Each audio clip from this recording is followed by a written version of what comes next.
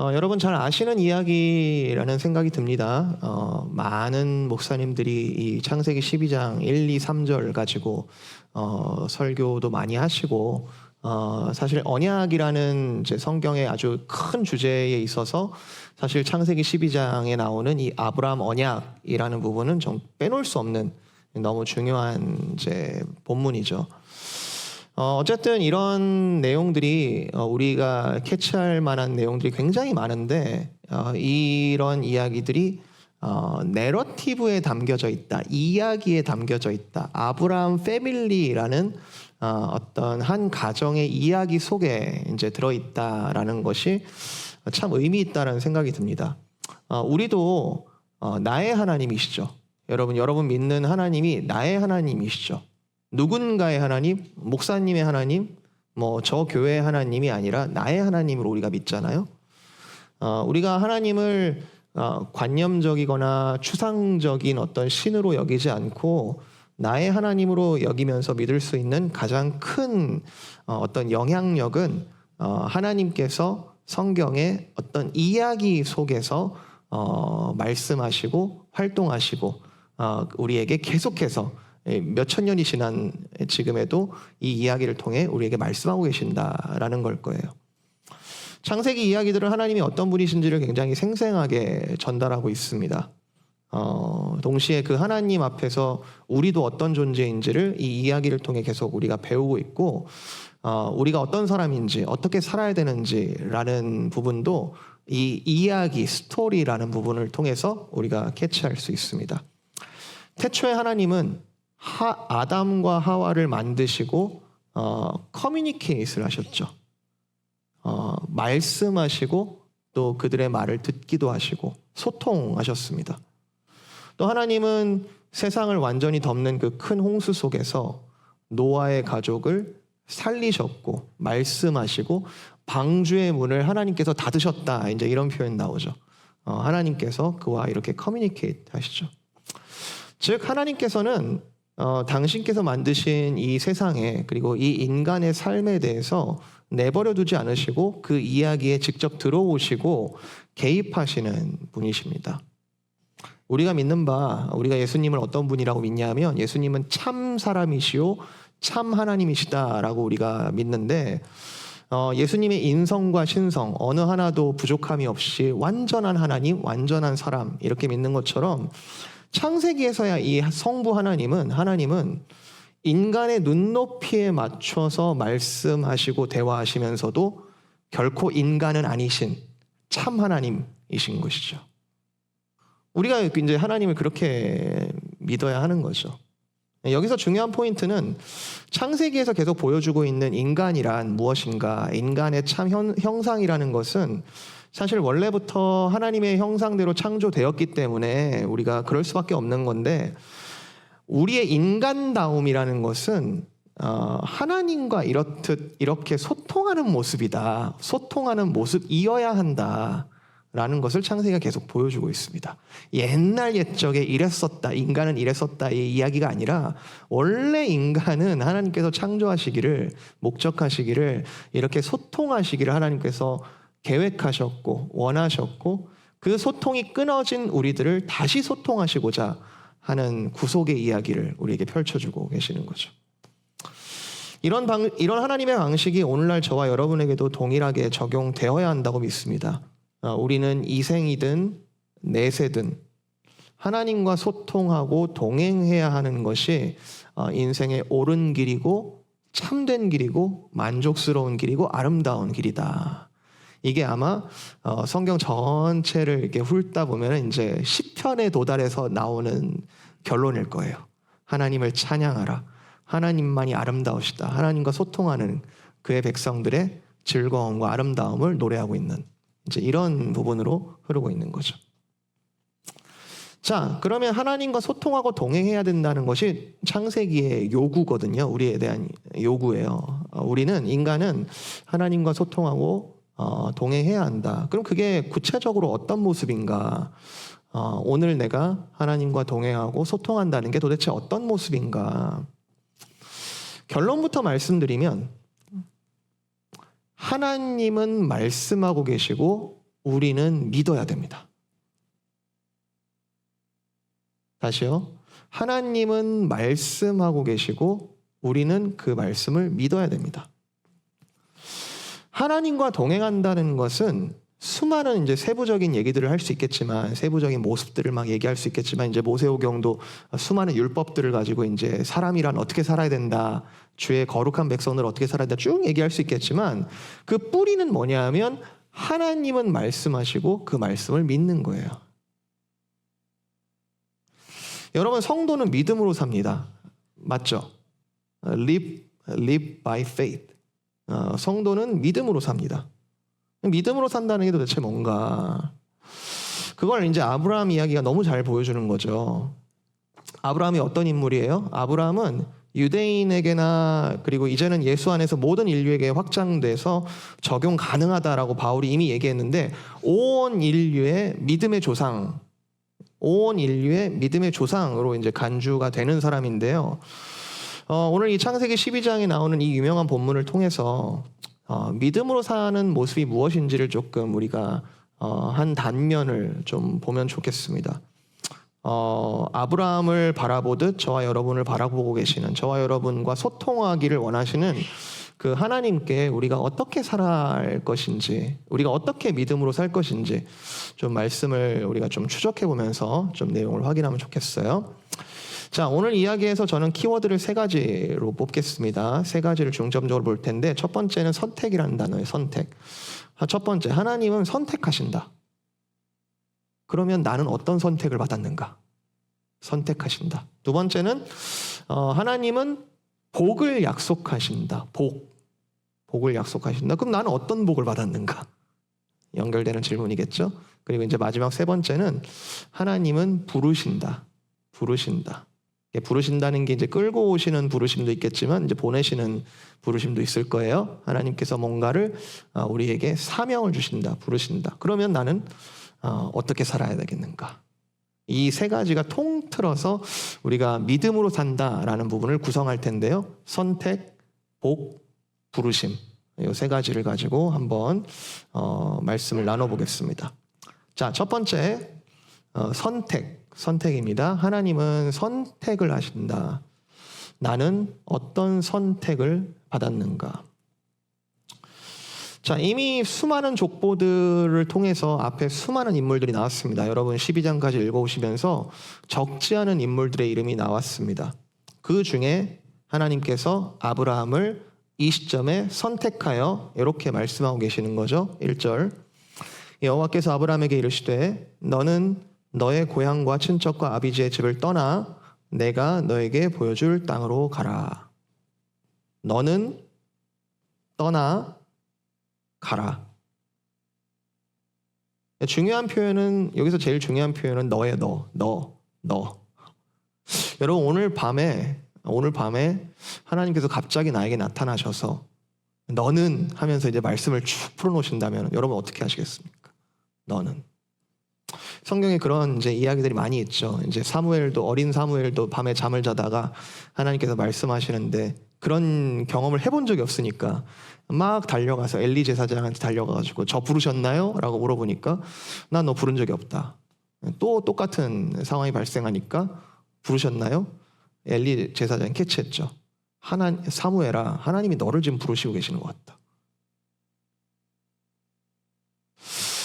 하나님께서는 특정 대상을 향해 말씀을 하시고 특정 대상에게 요구를 하고 계십니다. 즉 하나님은 아브라함을 선택하셨어요. 앞으로 이제 펼쳐질 아브라함의 이야기를 생각해 보면은 이 선택이라는 것이 정말 거대하고 엄청난 선택인데요. 여러분, 하나님께서 나를 선택하셨다는 것이 믿어지십니까? 에베소서 1장에 보면은 하나님께서 나를 택정하셨다. 거기서는 택정하셨다는 표현을 쓰는데, 택정하셨는데 언제부터 택정하셨냐면 만세 전부터 나를 택정하셨다. 이제 이렇게 쓰고 있거든요. 여러분, 하나님께서 여러분을 택하셨다. 이거를 이제 신학적으로 여러 가지를 생각해 볼 수 있는데, 여기서는 이 질문만 한번 드려볼게요. 자, 여러분, 하나님이 왜 아브라함을 선택하셨을까요? 왜? 선택의 이유가 뭘까요? 하나님이 아브라함을 선택한 이유가 뭘까요? 여러분, 하나님이 나를 왜 선택하셨을까요? 왜? 성경은 오늘 본문은 하나님께서 수많은 인물들 중에 아브라함을 선택한 이유를 설명하지 않습니다. 그러니까 왜 선택했는지가 나오지 않아요. 아브라함이 이제 믿음의 조상이다, 우리가 이제 닉네임을 이제 잘 알고 있기 때문에 아마 믿음이 엄청났기 때문에 선택하지 않으셨을까, 뭐 이렇게 이제 우리가 생각을 해볼 수 있지만, 그건 이제 이미 필터를 끼고 이제 하는 판단이죠. 믿음이 엄청났을 거야, 그러니까 선택했을 거야. 여러분 보시면 이런 관찰도 가능해요. 성경을 있는 그대로 어린아이 같은 마음으로 읽다 보면 이런 생각을 할 수 있어요. 과연 아브라함만이 처음으로 이 오라클, 이 신탁을 아브라함만이 최초로 받았을까? 여러분 그런 생각 해보셨어요? 아브라함만이 이 신탁을 처음 받았을까? 왜냐하면 이 아브라함 이야기 앞에 보면은 이제 아브라함의 아버지 족보가 나오거든요. 데라라는 이제 인물이 나오는데, 그 데라라는 사람이 원래는 고향이 어디냐면 갈대아 우르라는 지역이, 지금의 쿠웨이트, 이렇게 이란의 끄트머리에 있는 이제 지역이에요. 갈대아 우르에서 이제 가나안 땅을 떠났다. 11장 마지막에 나옵니다. 가나안 땅으로 떠났다라고 나와요.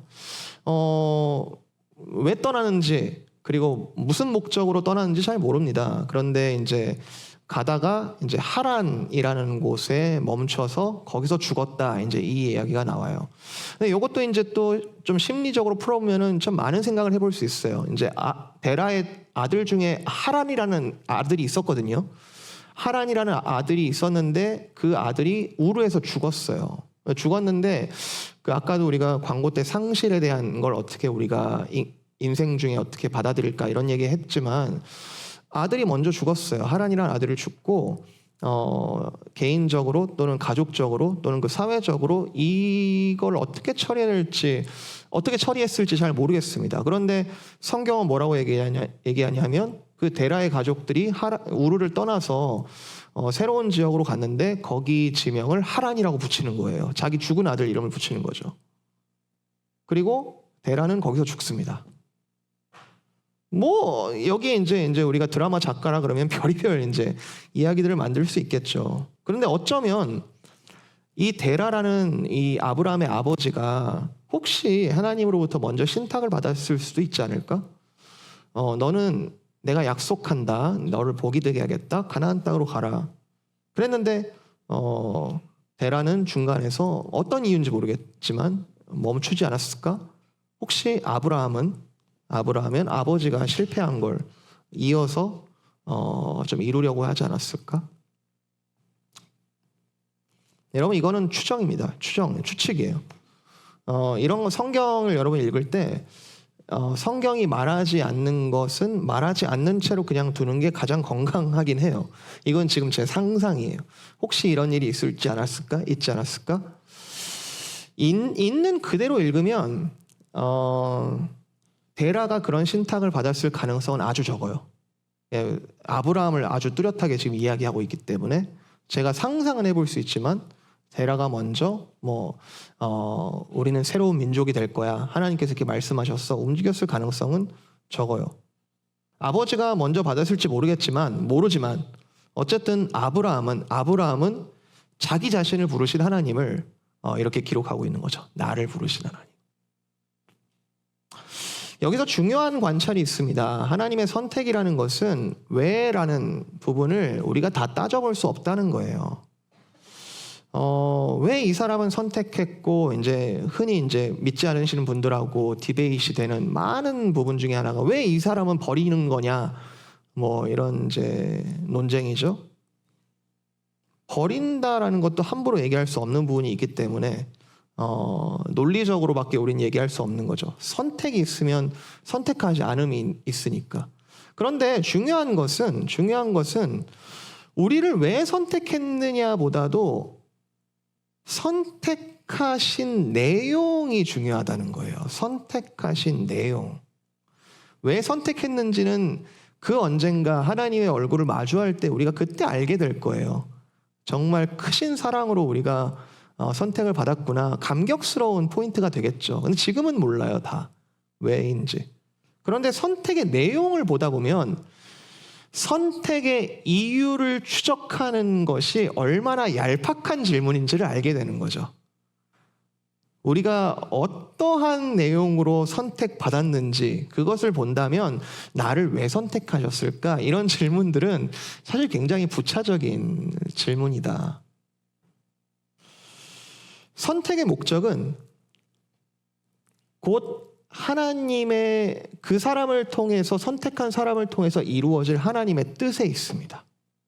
그 사람을 왜 선택했는지는 사실 부차적인 얘기고 하나님이 어떤 이유에 의해서 어떤 사람을 선택하셨다. 그러면 그 선택에 관한 가장 중요한 질문은 그 선택을 통해서 하나님이 무엇을 하시겠는가라는 것에 있는 거죠. 여러분, 저와 여러분을 하나님이 왜 선택하셨을까요? 몰라요. 모릅니다. 그런데 저와 여러분을 선택하셔서 주시는 내용, 저와 여러분을 선택하셔서 주시는 내용, 하나님의 뜻, 그걸 제대로 알게 된다면 왜 나를 선택하셨을까는 그렇게 중요한 질문이 아니에요. 선택의 이유보다 선택의 내용을 내가 더욱더 알게 될수록 내가 선택된 자로서 감사하게 되고 반응하게 되고 움직이게 되는 거죠. 만약에 여러분이 하나님과의 동행 그리고 하나님께서 선택하신 것에 대한 반응이 그리 극적이지 않고 오늘도 별로 뜨겁게 또는 무겁게 느껴지지 않는다면 선택의 내용을 잘 몰라서일 수도 있겠다라는 생각이 듭니다.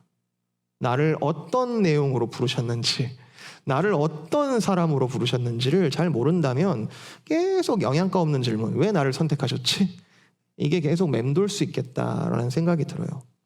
만약에 나를 왜 선택했는지는 잘 모르겠지만 나를 선택하신 내용들이, 즉 나를 향한 하나님의 뜻이 너무너무 풍성하게 보인다면 제가 확신하는 것은 그 성도는 움직일 수밖에 없다. 그 말씀을 따라갈 수밖에 없다. 그 내용의 크기와 그 내용의 풍성함과 그 내용의 어떠함을 알게 된다면 그것에 반응할 수밖에 없다.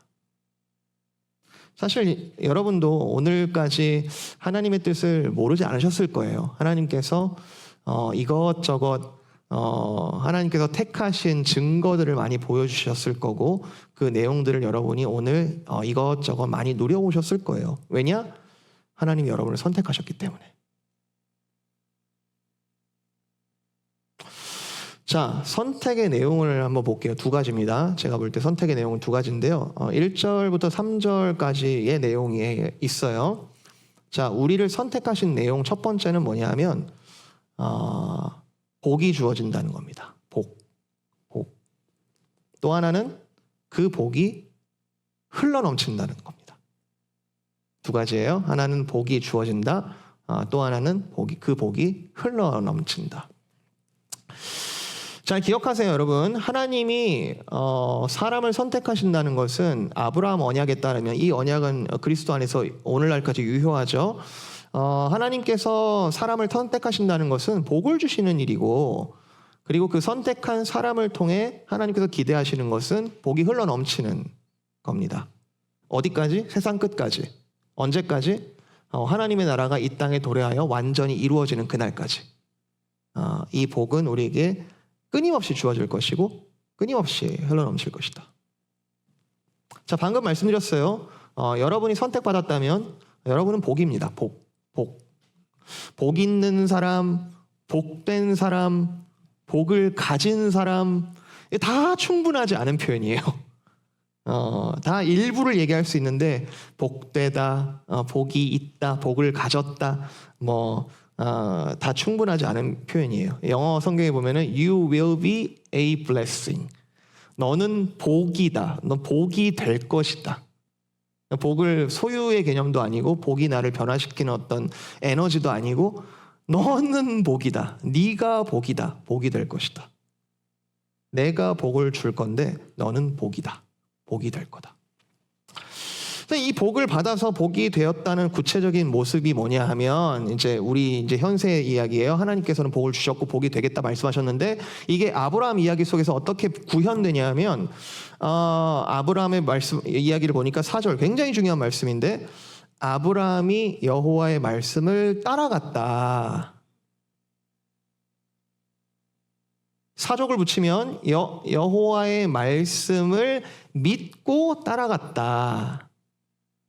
여호와 하나님이 뭐라 말씀하시든지 간에 아브라함은 믿고 그 말씀을 따라갔다. 이게 아브라함의 복된 모습입니다. 여러분 이걸 분리시키면 안 돼요. 내가 복된 사람이 됐다, 내가 복이 됐다라고 하는 것과 말씀을 믿고 따라갔다는 것이 같은 내용이라는 거예요. 그러니까 우리가 복받은 사람, 우리가 복 있는 사람이라는 가장 큰 증거 중에 하나는 아브라함의 이야기가 잘 보여주듯이 하나님께서 뭐라 말씀하시든지 간에 그 말씀을 따라갔다라는 거라는 거죠. 그게 복이다. 그때가 아브라함 나이가 75세였다라는 것이 굉장히 쉽지 않았다. 그렇게 말씀을 따라가는 것이 굉장히 쉽지 않았다라는 암시를 주기도 하고 이 아브라함 스토리의 절정이 뭐냐 하면 이제 창세기 20장이죠. 이삭을 하나님께 번제로 바치는 장면. 사실 이번에 이제 유아세례 교육을 하는 것도 사실 그렇습니다. 하나님께서 생명을 주시고 취하시는 분이신데 우리에게 주신 부모된 자에게 맡겨주신 그 자녀를 하나님께 맡겨드리는 거죠. 온전히 하나님의 것입니다라고 드려지는 거죠. 여러분 지금까지의 복에 대한 이미지를 다 버리세요. 다 버리세요. 다시 집어넣습니다. 성도의 복은 뭐냐 하면 여호와의 말씀을 믿는 것, 믿어지는 것, 그게 복이에요. 그게 복입니다.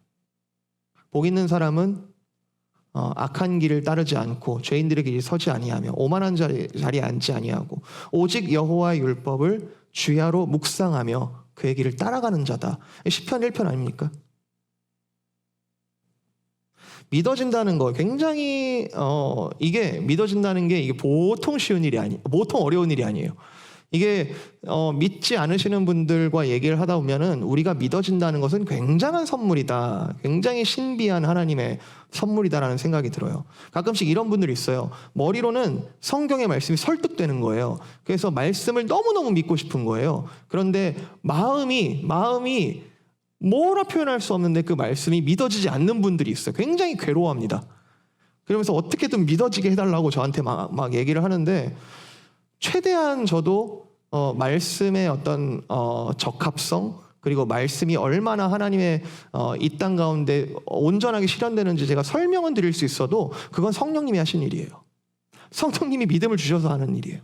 성령님이 믿음을 선물로 주셔서 하나님의 말씀이 믿어지게 하고 그것을 청종하게 되고 준행하게 되고 그 복을 누리게 되는 그거는 성령님이 하신 일이죠. 택한 자에게 주시는 신비한 선물. 근데 그 개인의 믿음이 어떻게 드러나냐 하면 아브라함 이야기가 너무 잘 보여주는데 히브리서에 따르면 믿음은 뭐다? 믿음은 보이지 않으나 보이지 않는 그 약속이 실제 이루어질 것을 지금 이 순간 실제적으로 소망하는 행위다. 믿음은 바라는 것들의 실상이요 보이지 않는 것들의 증거다. 하나님이 인도하는 사람이 되었다는 것은 지금 다 눈에 보이지 않아도 하나님의 말씀이 살아있는 것으로 믿어지는 복 있는 사람이 되었다는 뜻입니다. 이게 하나님이 인도하시는 사람, 하나님과 동행하시는 사람의 가장 큰 특징일 거예요. 다 보이지 않으나 다 이루어지지 않았으나 하나님의 말씀이 약속하신 그대로 이루어질 것을 믿고 오늘도 그 말씀을 붙잡고 살아가는 사람. 그것은 곧 하나님이 동행하시는 사람이자 복 있는 사람이라고 정의할 수 있는 거죠. 말씀의 약속을 기대하는 사람, 말씀의 경고를 무겁게 듣는 사람, 말씀으로 세상의 선과 악을 분별하는 사람, 말씀 때문에 심히 염려하지 않는 사람, 말씀 때문에 담대하게 인생의 앵커를 하나님께 두는 사람이 되었다는 뜻입니다. 성령님은 이러한 신비한 믿음을 영적인 감각을 통해 우리에게 계속해서 공급하고 계시고 말씀이 남발된 어떤 백지수표가 계속 쌓여지는 것이 아니라 종말적으로나 오늘도 하나하나 성취되어 가는 것은 예수님께서 단번에 이 일들을 이루셨고 우리는 그것을 믿기 때문에 그렇습니다. 세상이 얼마나 더 악해질까요? 세상이 얼마나 더 혼란스러워질까요? 잘 모르겠습니다. 저도 걱정되는 부분이 있습니다. 그러나 어떠한 상황에도 이 말씀이 이루어질 거라는 것을 믿는 사람들이 복 있는 사람이다라는 것이죠.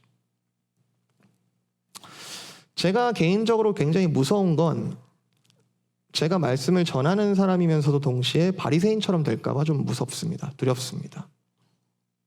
하나님을 어느 정도는 인정하는데 그리고 필요한 나의 삶에 그리 불편하지 않을 정도는 내가 인정하는데 하나님의 말씀을 취사 선택하고 말씀의 권위 위에 내가 서 있을까 봐, 말씀을 이용하는 단계로 내가 살아갈까 봐 그게 제일 두려운 것 같아요. 차라리 말씀을 모르는 상태면 순수하게 어린아이와 같이 하나님을 만날 기회라도 있을지 모르겠으나 이미 하나님을 다 알고 있는데 믿고 있는데 어느 정도 믿고 있는데 그러나 이 말씀에 이루어질 것과 또는 내 믿음 내가 이것은 믿어지지 않아라는 것을 판단해 버릴까 봐 두렵습니다. 로마서 2장 유대인이라 불리는 네가 율법을 의지하며 하나님을 자랑하며 율법의 교훈을 받아 하나님의 뜻을 알고 지극히 선한 것을 분간하며 맹인의 길을 인도하는 자요 어둠에 있는 자의 빛이요 율법에 있는 지식과 진리의 모본을 가진 자로서 어리석은 자의 교사요 어린아이의 선생이라고 스스로 믿으니 그러면 다른 사람을 가르치는 네가 네 자신은 가르치지 아니하느냐? 도둑질하지 말라 선포하는 네가 도둑질하느냐? 간음하지 말라 하는 네가 간음하느냐?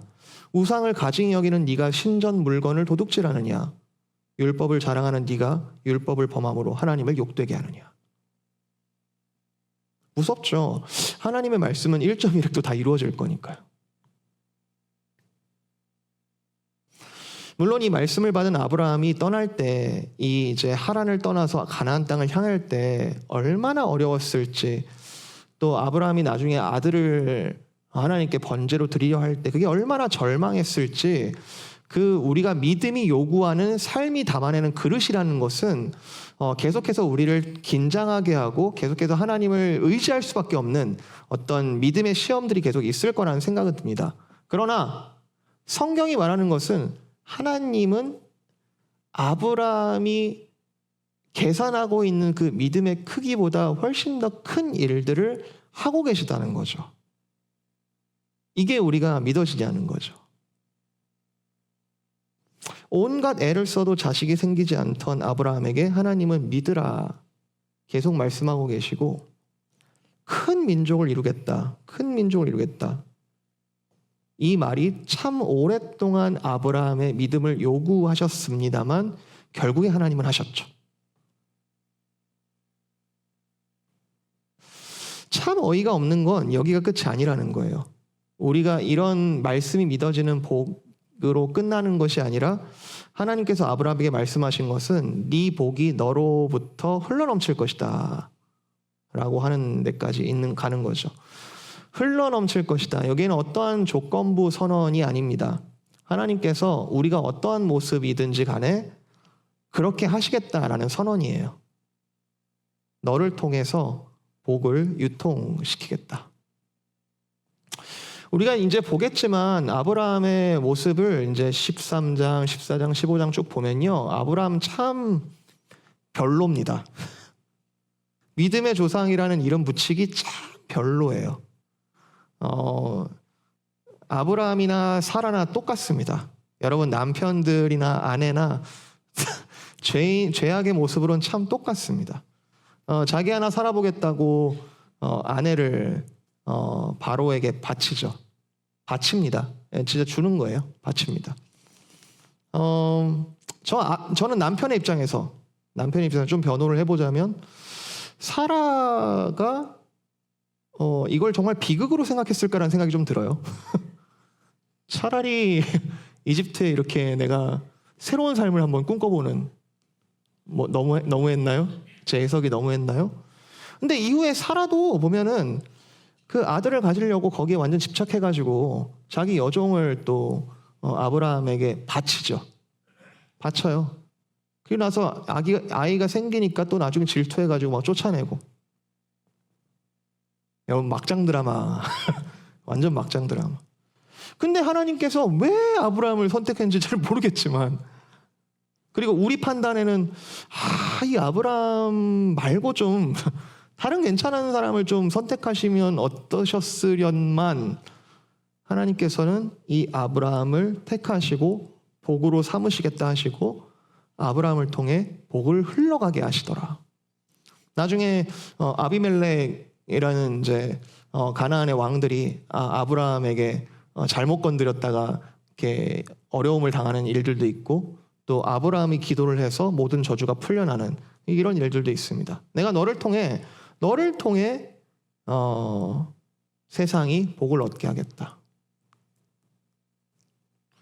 오늘 다 깊이 다룰 수는 없지만 성도를 통해 세상에 복을 유통시키시겠다라고 하시는 이 하나님의 뜻은 세속적인 관점에서 인류가 세상과 사람을 바라보는 시각과 참 많이 다릅니다.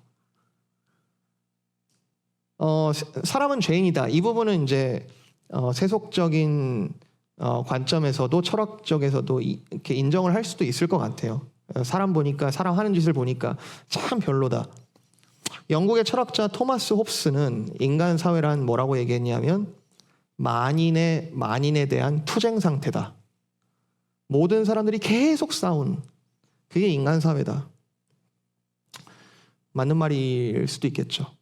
지금 현실을 보면 그럴 수도 있겠죠. 그런데 성도는 창세기에서 12장에서 또는 12장에서 시작된 이 언약의 이야기가 결국엔 그리스도를 통해 완전히 이루어지고 계속해서 지금 유통되는 것은, 성도란 가장 높으면서도 가장 낮은 자리에서 먼저 복을 유통시키신 그 예수 그리스도께서 믿음으로 사는 성도들을 계속해서 파송하고 계시고, 세상 곳곳에 빛과 소금으로 너는 복된 자야, 너를 통해 복이 흘러넘치게 할 거야 라고 계속해서 세우고 계시고, 결국 성도를 통해 이 세상은 장차 말씀이 완전히 이루어질 때 주님 그때 말씀하신 것들이 완전히 옳으시네요 라고 밖에 찬양할 수 없는, 종말적인 예배를 드릴 수밖에 없는 하나님 나라를 꿈꾸면서 오늘도 믿음으로 살아가는 사람들, 그게 성도라는 거죠. 그게 성도이자 교회의 정체성이죠. 여러분 잘 아시는 말씀. 그러나 너희는 택하신 족속이요 왕 같은 제사장들이요 거룩한 나라요 그의 소유가 된 백성이니 이는 너희를 어두운 데서 불러내어 그의 기이한 빛에 들어가게 하신 이에 아름다운 덕을 선포하게 하려 하심이라. 베드로전서 2장 9절. 믿음의 시초로서 보여준 아브라함의 모습이 있습니다. 선택을 받았고 복이 되었고 흘러넘치는 그 복 있는 사람의 정체성이, 물론 아브라함은 여러 가지 참 아쉬운 모습들을 보이지만 그리스도 예수님께서 절정을 이루셨죠. 예수님은 하나님의 독생자로 선택받으셨고 십자가에서 모든 말씀을 이루셔서 세상 죄를 짊어지신 희생제물로 드려지셨지만 그를 믿는 자들이 영원한 생명을 얻도록 복이 되신 분이시죠. 그리고 장차 완성될 그날까지 이 세상에 성령을 통하여 교회와 성도를 이 땅 가운데 두시고 복을 계속 흐르게 하시는 분이시죠. 그리고 그를 믿는 자 영생을 얻는다라는 표현은 그 예수님과 연합하여 살아간다는 거예요. 이 생이 끝나면 그때부터 영생이 시작되는 게 아니라 지금 오늘 내가 복 있는 자로서 말씀이 믿어지고 하나님께서 말씀하신 대로 따라가며 그의 인도하심과 동행하심을 즐거워하며 예수님과 연합하며 살아간다. 이제나 영원토록. 현재 한국에 있는 많은 교회들 여러 가지 안타깝고 유감스러운 모습들이 종종 보입니다마는 본질은 변하지 않습니다. 말씀을 따라가는 성도는 영원할 것이고 말씀을 따라가는 교회는 영원할 것이고 말씀을 버린 교회는 더 이상 복이 아닐 거예요. 하나님 말씀 그대로 이루어지는 걸 거겠죠. 사랑하는 성도 여러분, 어떻게 살까요? 자, 오늘 이 말씀 가운데 우리가 어떻게 살까요? 나는 복 있는 자인 것 같고, 그리고 이 복을 흘러내야 될 것 같은데 어떻게 살아야 될까요? 오늘 말씀을 히브리서 11장으로 마치려고 합니다. 히브리서 11장 한번 좀 다 같이 찾으면 좋겠어요. 히브리서 11장.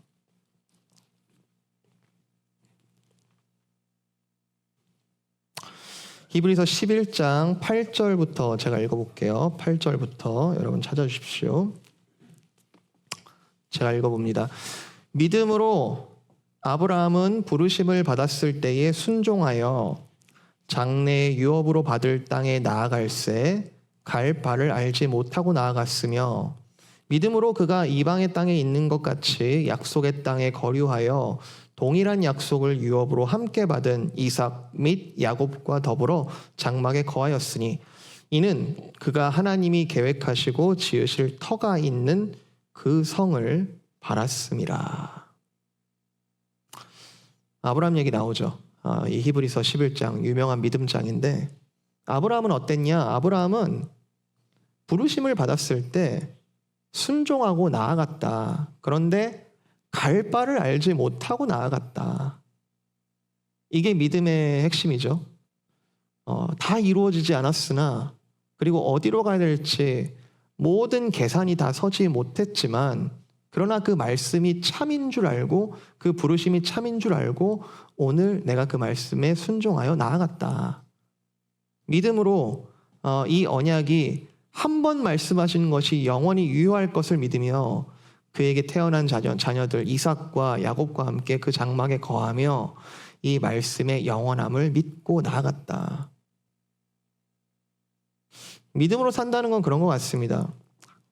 여전히 갈 바를 다 알지 못하고 2026년이 시작되었지만 어떻게 가야 될지 정확하게 알지 못하고 날이 갈수록 내가 가는 길은 더 좁아지는 것 같고 더 없어 보이는 것 같고 여전히 갈 바를 다 알지 못하지만 그러나 복된 자의 특징 중에 하나인 것은 오늘도 이 말씀을 믿어지게 하심이며 그 말씀을 순간순간 바라며 믿게 하시는 것이다. 우리 6절 같이 읽어볼까요? 6절 11장 6절 믿음이 없이는 시작. 믿음이 없이는 하나님을 기쁘시게 하지 못하나니 하나님께 나아가는 자는 반드시 그가 계신 것과 또한 그가 자기를 찾는 자들에게 상 주시는 이심을 믿어야 할지니라. 만약에 하나님께서 주실 상이 그렇게 매력적이지 않다면 정말 할 말이 없어요. 저도 할 말이 없습니다. 하나님께서 장차 주실 그 상이 참 별로다, 매력적이지 않다 하면 할 말이 없습니다만 우리 안에 계시는 우리 안에 예수 그리스도를 통하여서 우리 안에 선물로 주신 이 성령님께서 나를 믿어지게 하심, 날이 갈수록 이 땅에서의 상보다 영원한 것을 더 믿어지게 하시고 사모하게 하신다면 그것은 하나님께서 여러분을 택하신 증거이자 성령님께서 오늘도 여러분과 동행하신다는 가장 큰 증거일 겁니다. 그럼 다음 스텝은 분명해요. 믿음으로 사는 거죠. Live by faith. 여러 가지 실수할 수 있겠다. 여러 가지 뻘짓할 수 있겠다.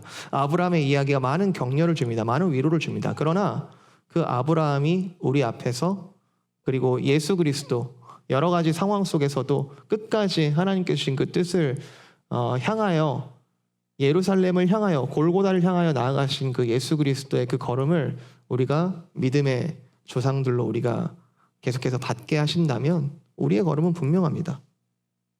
믿음으로 살아야겠죠. 사랑하는 성도 여러분, 예수님께서 오늘도 살아계십니다. 살아계시고요.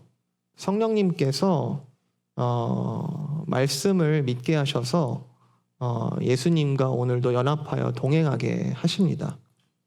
여러분 올 한 해 시작하면서 말씀의 우선순위를 두시기를 좀 권합니다. 단순히 성경 공부하시라, 말씀 통독 한번 하시라 이런 기술적인 이야기 말고 이 말씀이 정말로 이루어질 것을 믿으며 갈 바를 알지 못한다 하더라도 그 말씀에 내가 반응하고자 하는 그 태도, 방향성 다시 한번 여러분 점검하셨으면 좋겠습니다. 왜냐하면 예수님께서 오늘도 살아계시거든요. 예수님께서 오늘도 살아계시다고요. 저 멀리 언젠가 나를 만나 주실 것이 아니라 오늘도 이 말씀을 믿어지게 하심으로 우리와 동행하고 계시니까요. 우리 각 성도의 한 사람 한 사람의 특정한 부르심이 있을 겁니다. 여기서 뭐 비즈니스 하시는 분들, 또 공부하시는 분들, 또 아이 키우고 또는 어떤 건강의 문제와 씨름하고 계시는 분, 여러 가지 부르심들이 있을 겁니다. 성도라면 부르지 않는 성도는 한 명도 없습니다. 하나님께서 모두 다 그 자리 가운데 지금 부르고 계실 거예요. 왜냐하면 선택, 복, 부르심은 같이 가는 거니까. 히브리서 11장 마지막에 이렇게 마무리해요. 39절. 이 사람들은, 아브라함 포함이에요. 아브라함 포함해서 이 사람들은 다 믿음으로 말미암아 증거는 받았으나 약속된 것을 받지 못하였은데 이는 하나님이 우리를 위하여 더 좋은 것을 예비하셨기 때문에. 아브라함은 받지 못한, 이 믿음의 조상이라 이야기한 아브라함은 받지 못했지만 우리는 더 좋은 것을 받았습니다. 살아계신 예수 그리스도. 우리는 받았습니다. 오늘 여러분 말씀 앞에 다시 서면서 그리스도께 순종하기를, 그리스도의 말씀에 귀 기울이며 정말 이루실 것을 믿음으로 여러분 선언하시고 나아가는 귀한 이 주일 되셨으면 좋겠어요. 정말 주일만 반짝거리는 것이 아니라 내일 다시 시작할 월요일부터 토요일까지 우리의 6일간의 삶 가운데서도 여전히 예수님께서 이렇게 말씀하고 계신 예수님께서 살아계시다라는 것이 경험되어지고 믿어지는, 그리고 믿음으로 내가 믿음이 없이는 하나님을 기쁘시게 하지 못한다는 이 말씀 믿고 하나님께 나아가는 우리 복된 성도를 되시기를 주님의 이름으로 축복을 드립니다.